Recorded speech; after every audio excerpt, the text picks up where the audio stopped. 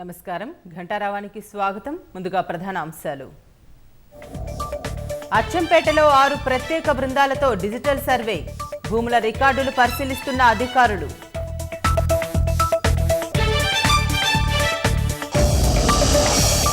హైదరాబాద్లో ఈటెల అనుచరుల ఆందోళన, మంత్రికి అనుకూల నినాదాలతో నిరసన.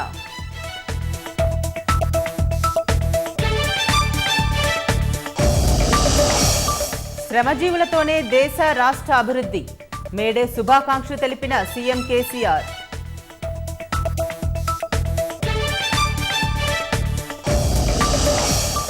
దేశంలో వరుసగా 4వ రోజు 3,000కు పైగా మరణాలు, రాష్ట్రంలో 11% చేరిన పాజిటివిటీ రేటు. భారత్కు ఏ సహకారమైనా అందించండి, అధికారులను ఆదేశించిన అగ్రరాజ్య అధినేత.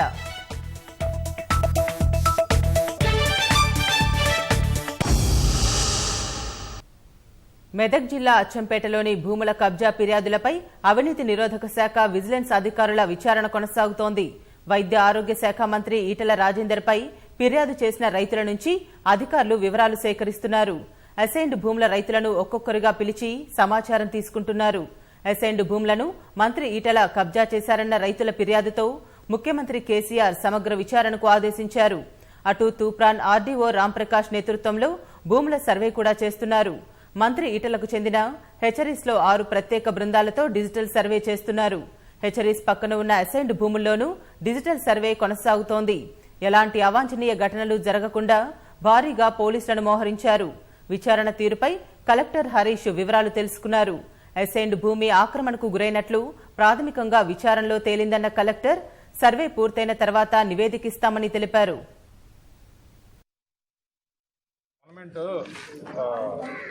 ఆర్డర్ చేసిందండి ఒక అర్జెంట్ ఎంక్వైరీ కోసం. ఆ ఎంక్వైరీలో భాగంగా మేము ఈరోజు ఎంక్వైరీ చేస్తున్నాము. We have formed number of teams here and we are enquiring into the matter అండి. మీకు ఫర్దర్గా ఎంక్వైరీ ప్రాసెస్ అయిన తర్వాత ఫర్దర్ ఇన్ఫర్మేషన్ ఉంటుంది. ఇంకా మిగతాది మీకు ప్రాసెస్ కంప్లీట్ అయిన తర్వాత ఎలాంటి అప్డేషన్. ఎన్ని టీమ్స్ పెట్టారు, ఎన్ని రోజులు చేస్తారు? చాలా టీమ్స్ ఉన్నాయండి, దాదాపు 10 నుంచి 15 టీమ్స్ ఉన్నాయండి. అంటే డోర్ టు డోర్ చేస్తారా లేకుంటే మీరు ఒక దగ్గరికి ఎట్లా? ఫర్దర్గా నో కామెంట్స్ నేను ఎంక్వైరీ ప్రాసెస్ అది నడుస్తుంది కాబట్టి ఇప్పుడు ఏం చెప్పడానికి ఈ రోజు అయిపోతుందా సార్? అదే అండి, ఎంక్వైరీ ప్రాసెస్ నడుస్తుంది కాబట్టి నేను ఫర్దర్గా నేను ఏం చెప్పలేని పొజిషన్లో ఉన్నాను. No comments. అంటే అందరితో మాట్లాడతారా, కొందరితోనే? ఎంక్వైరీ ప్రాసెస్లో భాగంగా ఎవరితో అవసరం ఉంటుందో వాళ్ళందరితో మాట్లాడుతున్నాను. Thank you.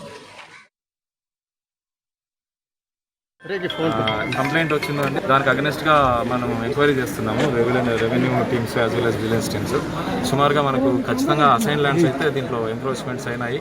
అసైన్ ల్యాండ్స్ ఇల్లీగల్గా కబ్జా చేసిన మాట వాస్తవం అని మన ప్రిలిమినరీ ఎంక్వైరీ జరిగింది. ఇప్పుడు ఫీల్డ్లో కూడా వెళ్ళి ఎంక్వైరీ చేసిన తర్వాత ఫైనల్గా రిపోర్టింగ్ ఒక 2-3 గంటల్లో ఇవ్వడం. ఇక్కడ ప్రభుత్వం ఎంత ఉంది మొత్తం గ్రామం చెప్తాం అది ఎంక్వైరీ అని.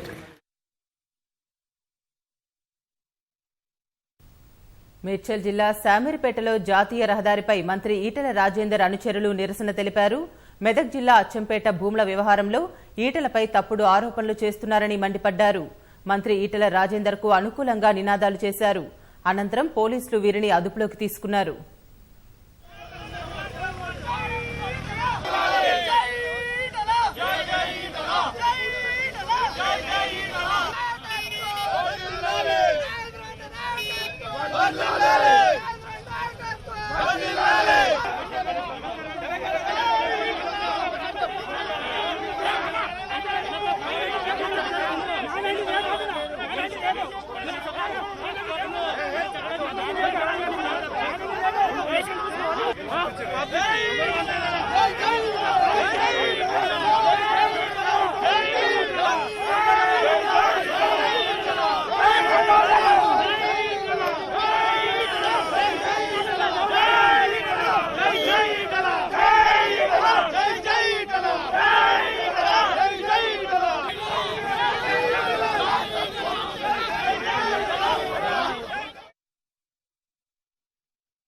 ముఖ్యమంత్రి కేసీఆర్ కార్మికులకు మేడే శుభాకాంక్షలు తెలిపారు.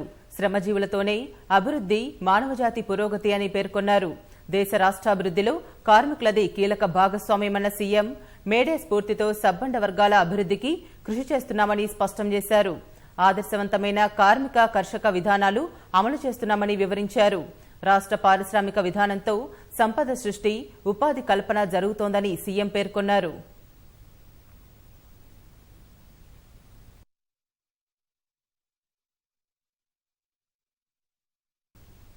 కరోనా కాటుతో యావత్ దేశం అల్లాడిపోతోంది. దేశం నలుమూలలా వైరస్ విరుచుకుపడుతోంది. మునుపెన్నడూ లేనంత ఉధృతితో కరోనా వ్యాపిస్తుండటంతో రోజువారీ కేసులు రికార్డు స్థాయిలో నమోదయ్యాయి. కొత్తగా 4 లక్షల మందికి పైగా కరోనా బారిన పడినట్లు ఆరోగ్య శాఖ వెల్లడించింది.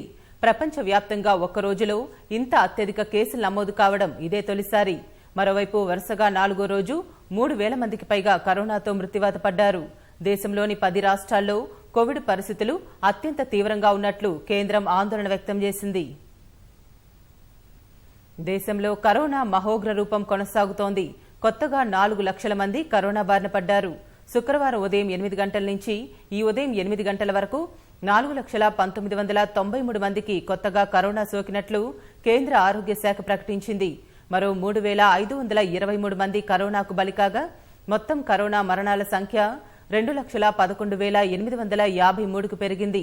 శుక్రవారం ఉదయం నుంచి ఈ ఉదయం వరకు మరో 2,99,988 మంది కరోనా నుంచి కోలుకోగా దేశంలో కోవిడ్ను జయించిన వారి సంఖ్య 1,56,84,406కు చేరింది.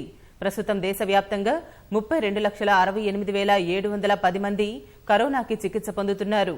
ఇప్పటి వరకు 15.49 కోట్ల టీకా డోసులను అందించినట్లు కేంద్రం తెలిపింది. మరోవైపు దేశవ్యాప్తంగా 28.83 కోట్ల నమూనాలను పరీక్షించినట్లు భారత వైద్య పరిశోధనా మండలి ఐసీఎంఆర్ పేర్కొంది. శుక్రవారం ఒక్కరోజే 19.45 లక్షల పరీక్షలు చేసినట్లు చెప్పింది. అటు రాష్ట్రాల్లోనూ కరోనా విలయ తాండవం సృష్టిస్తోంది. మహారాష్ట్రలో శుక్రవారం 62,919 కేసులు బయటపడగా 828 మందిని కరోనా బలి తీసుకుంది. ఢిల్లీలో 375 మంది చనిపోగా 27,047 కొత్త కేసులు నమోదయ్యాయి. కర్ణాటకలో వైరస్ వ్యాప్తి కలవరపెడుతోంది.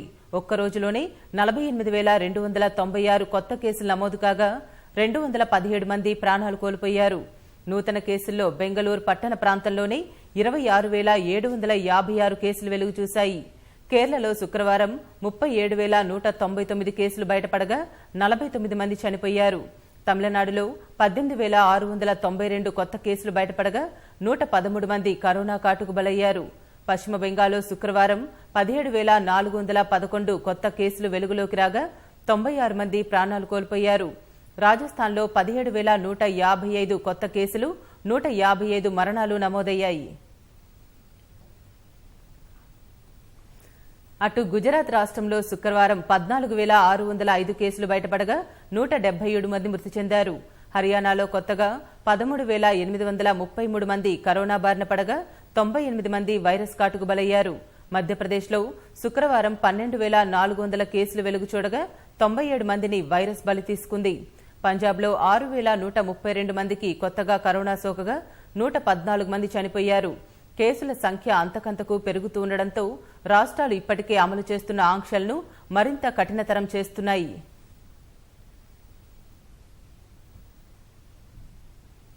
రాష్ట్రంలో కరోనా పాజిటివిటీ రేటు సుమారు 11% పెరిగింది. కొత్తగా 7,754 మందికి వైరస్ సోకిందని వైద్య ఆరోగ్య శాఖ బులెటిన్ వెల్లడించింది. మరో 51 మంది కరోనాతో మృతి చెందారు.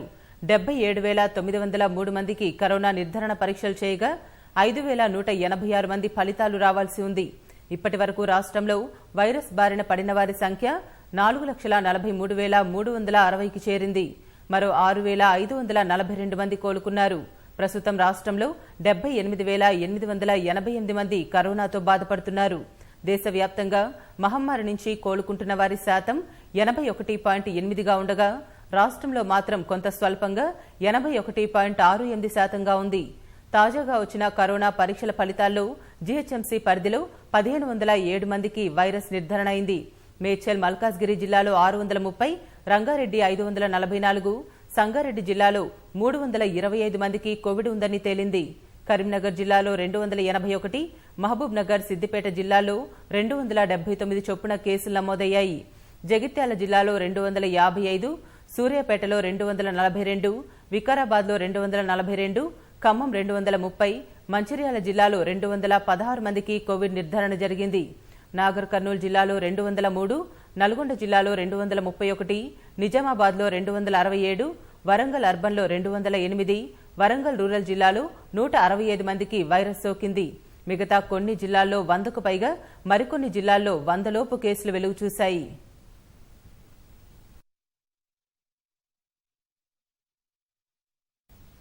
గుజరాత్లో ఘోర విషాదం చోటు చేసుకుంది. భరూచ్లోని ఓ కోవిడ్ సంరక్షణ కేంద్రంలో అగ్ని ప్రమాదం సంభవించి 18 మంది మృత్యువాత పడ్డారు.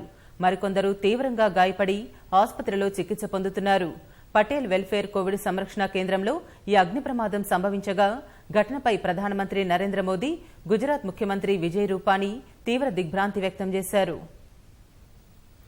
కరోనా మహమ్మారి నుంచి బయటపడేందుకు ఆసుపత్రిలో చేరిన బాధితులు అగ్ని ప్రమాదంలో మృతి చెందిన ఘటన గుజరాత్లో చోటు చేసుకుంది. భరూచ్లోని పటేల్ వెల్ఫేర్ కోవిడ్ సంరక్షణ కేంద్రంలో అర్ధరాత్రి సంభవించిన అగ్ని ప్రమాదంలో 18 మంది మృత్యువాత పడ్డారు. ప్రమాద స్థలిలోనే 12 మంది మృత్యువాత పడగా మరో 6 ఆసుపత్రిలో చికిత్స పొందుతూ ప్రాణాలు విడిచారు. ఆసుపత్రిలో 4 అంతస్తులుండగా కింది అంతస్తులో ప్రమాదం జరిగింది. ప్రమాద సమాచారం అందుకున్న అగ్నిమాపక సిబ్బంది, స్థానికులు మరో 50 మంది వరకు కరోనా రోగులను రక్షించారు.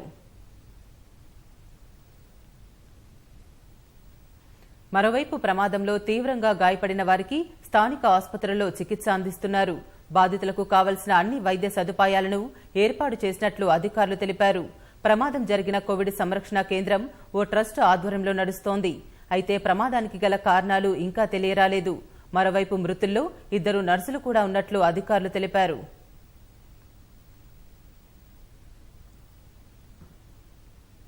ప్రమాద ఘటనపై ప్రధానమంత్రి నరేంద్ర మోదీ సంతాపం వ్యక్తం చేశారు. ప్రమాద ఘటన ఎంతో బాధించిందని పేర్కొన్నారు. గుజరాత్ ముఖ్యమంత్రి విజయ్ రూపానీ సైతం ప్రమాద ఘటన తనను ఉద్వేగానికి గురిచేసిందన్నారు. మృతుల కుటుంబాలకు 4 లక్షల రూపాయల ఎక్స్గ్రేషియాను అందించనున్నట్లు ప్రకటించారు.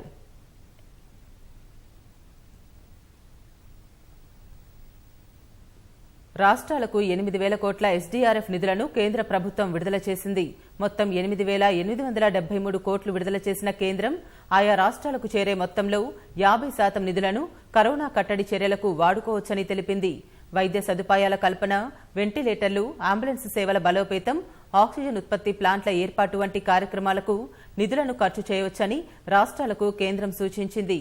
సాధారణంగా ఆర్థిక సంఘం సిఫారసు మేరకు జూన్లో ఎస్డీఆర్ఎఫ్ నిధులను కేంద్రం విడుదల చేస్తుండగా ఈసారి అందుకు ముందే రాష్ట్రాలకు నిధులు కేటాయించింది. కరోనా ఉధృతితో సతమతమవుతున్న భారత్కు ప్రపంచ దేశాలు ఆపన్న హస్తం అందిస్తున్నాయి.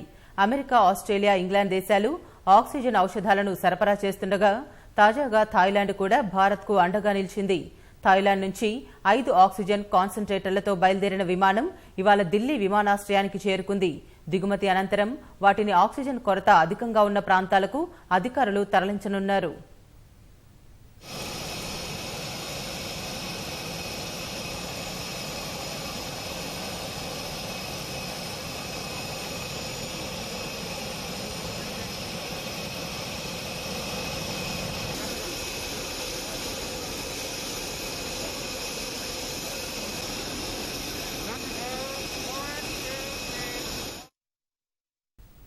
భారత్కు 6 P-81 నిఘా విమానాలను విక్రయించే ప్రతిపాదనకు అమెరికా ప్రభుత్వం పచ్చజెండా ఊపింది.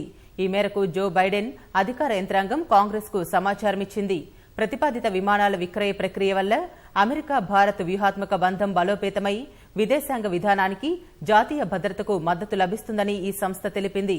అతిపెద్ద రక్షణ భాగస్వామి అయిన భారత్ భద్రత కూడా మెరుగుపడుతుందని పేర్కొంది. ఇండో పసిఫిక్, దక్షిణాసియా ప్రాంతంలో రాజకీయ సుస్థిరత, శాంతి, సహకారం నెలకొనడంలో భారత్ కీలక శక్తిగా కొనసాగుతోందని కాంగ్రెస్కిచ్చిన సమాచారంలో అమెరికా రక్షణ సహకార సంస్థ అభిప్రాయపడింది.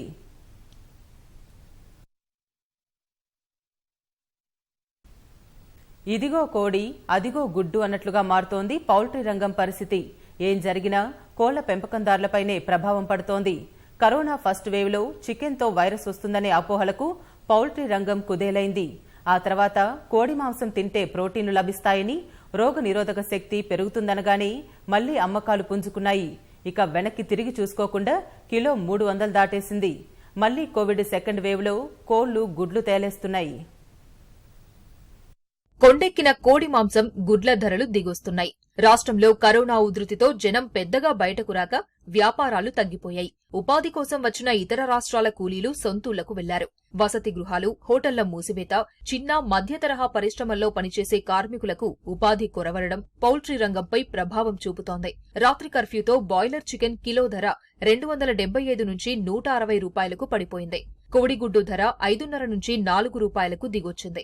వేసవిలో చికెన్, గుడ్డు ధరలు తగ్గడం సాధారణమైన ప్రోటీన్ ఫుడ్ గా భావించి జనం ఆదరిస్తున్నారు. ఇంతలోనే సెకండ్ వేవ్ విలయతాండవం చేస్తుండగా శుభకార్యాలు తగ్గి సామూహిక భోజనాలు లేకుండా పోయాయి. హోటళ్లకు వెళ్లేందుకు జనం ఇష్టపడడం లేదు. ఫలితంగా కోడి మాంసం, గుడ్డు వినియోగం 25 నుంచి 30% పడిపోయింది. అయితే ఇప్పుడు చికెన్ కొనాలంటే డబ్బులు కావాలి. మనం అంటే గవర్నమెంట్లో ఏదో ఇన్ని పైసలు వస్తే దాచిపెట్టుకుంటాం, తింటాం. డైలీ కూలీ చేసే వాళ్ళు ఎడికలు చేస్తే కూలీ చేయాలన్నా అని వాళ్ళకి ఏడ పని దొరుకుతుందని రోడ్ అంతా ఖాళీ ఉన్నది. ఇప్పుడు నేను మెట్రో దాకా పోయినా, ఏడ పబ్లికే లేదు, టిఫిన్ సెంటర్లో కూడా లేదు. ఈ గుడ్ల కోసం కూడా ఓరొస్తలేదు, లేకుంటే దునియా గిరా కోసం ఏడొస్తుంది. ప్రజల తన పైసా ఉంటేనే కదా. ఇప్పుడు గవర్నమెంట్ అంటుంది మేము అది ఇస్తాం, ఇది ఇస్తాం అంటే నేను కూడా గవర్నమెంట్ మనిషినే, కానీ ఏమి ఇస్తారు చెప్పు. ఇప్పుడు సామాన్య మనుషులు పైసలు తేవాలంటే కష్టం చేస్తేనే కదా వచ్చేది. అడ్డ మీద కూలీలు కూడా అట్లే ఉన్నారు. ఎవరు తీసుకొస్తారు పని. భవన నిర్మాణ కార్మికులు కూడా అంతా స్లో అయిపోయింది ఇప్పుడు ఏడ చూసినా అని. రాష్ట్రంలో రోజుకు సగటున 9 లక్షల కిలోలకు పైగా కోడి మాంసం విక్రయాలు జరుగుతాయి. ప్రస్తుతం అమ్మకాలు 5 లక్షల కిలోలు మించడం లేదు. హోటళ్లు, బార్, రెస్టారెంట్లలో రాత్రిపూట అమ్మకాలు అధికంగా ఉండేవి. రాత్రి కర్ఫ్యూ వల్ల అమ్మకాలు తగ్గాయని కోళ్ల ఫారాల సమాఖ్య వెల్లడించింది. కర్ణాటక, మహారాష్ట్ర, ఛత్తీస్గఢ్లో పరిస్థితుల వల్ల కోళ్ల రవాణా పెద్దగా జరగడం లేదు. మహారాష్ట్ర నుంచి తెలంగాణ సరిహద్దు జిల్లాలకు కోళ్లను తక్కువ ధరలకే తరలిస్తున్నారు.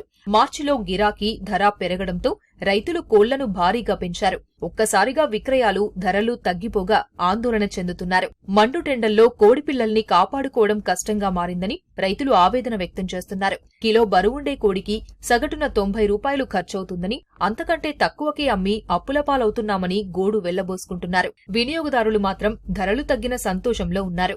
మధ్యలో రేట్లు మాత్రం డౌన్ అయినాయి. అంటే జనాలు భయపడుతున్నారు బయటికి రావడానికి. సో ఇప్పుడు అందుబాటు ధరలో ఉన్నాయి. తప్పకుండా ఏది జనాలు తినాలి, ఎగ్స్ తినాలి, చికెన్ తినాలి, ఇమ్యూనిటీ పవర్ పెంచుకోవాలి. So it is for hour good. ఏది మన హెల్త్ కోసము తప్పకుండా పిల్లలు తినిపించాలి, పెద్దలు కూడా తినాలి. అది లాభమో తెలియదు కానీ జనాలకు మాత్రం అందుబాటు ధరలో ఉంది. తప్పకుండా తినాలి, కొనుక్కోవాలి, రైతులను బ్రతికించాలి.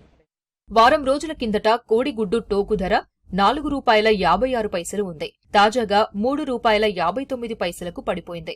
4 రోజుల క్రితం 3 రూపాయల 10 పైసల నుంచి కొంత కోలుకుంది. రంగారెడ్డి, నల్గొండ, ఖమ్మం, కరీంనగర్, నిజామాబాద్, వరంగల్ తదితర ఉమ్మడి జిల్లాల్లో రోజుకు 90 లక్షలకు పైగా గుడ్లు ఉత్పత్తవుతాయి. వీటిలో 40 లక్షల దాకా ఇతర రాష్ట్రాలకు ఎగుమతవుతాయి. పొరుగు రాష్ట్రాల్లో కరోనా పరిస్థితులతో ఎగుమతులు పెద్దగా జరగడం లేదు. ఫలితంగా పౌల్ట్రీ ఫారాల నిర్వహణ రైతులకు భారంగా మారుతోంది. ఎంత అవేర్నెస్ ఉన్నా కానీ సిటీస్లో కాలేజీలు లేదు, హాస్టల్స్ లేదు, హోటల్స్ లేవు. మ్యాక్సిమం ఇప్పుడు మళ్ళీ సెకండ్ వేవ్లో ఈవినింగ్ నైట్ కర్ఫ్యూ పెట్టారు. హడావిడి ఇవన్నీ మళ్ళీ ఎఫెక్ట్ అవుతున్నది పౌల్ట్రీ మీద కూడా. బ్రాయిలర్ అనుకోండి, లేయర్ అనుకోండి, ఈ మధ్య తగ్గింది, బాగా తగ్గింది. మళ్ళీ ఇప్పుడు కొంత ప్రొడక్షన్స్ హెవీ సమ్మర్ కాబట్టి కొంత కన్జంప్షన్ తగ్గటము. సిటీస్లో మామూలు పరిస్థితులు వచ్చాయంటే మళ్ళీ పరిస్థితి మామూలుగా అవుతుంది. తప్పదు, ఒడిదుడుకులు తట్టుకొని నిలబడగలిగేటప్పుడే ఏదైనా సాధ్యమవుతుంది. గొర్రె మాంసం ధరలు మాత్రం మండిపోతున్నాయి. నాటుకోడి కిలో 400 రూపాయలకు పైగానే ఉంది. కడక్నాథ్ కోడి మాంసం ఆన్లైన్లో 550 నుంచి 600కు కిలో అమ్ముతున్నారు. గొర్రె, మేక మాంసం 700 నుంచి 850 రూపాయలు పలుకుతోంది.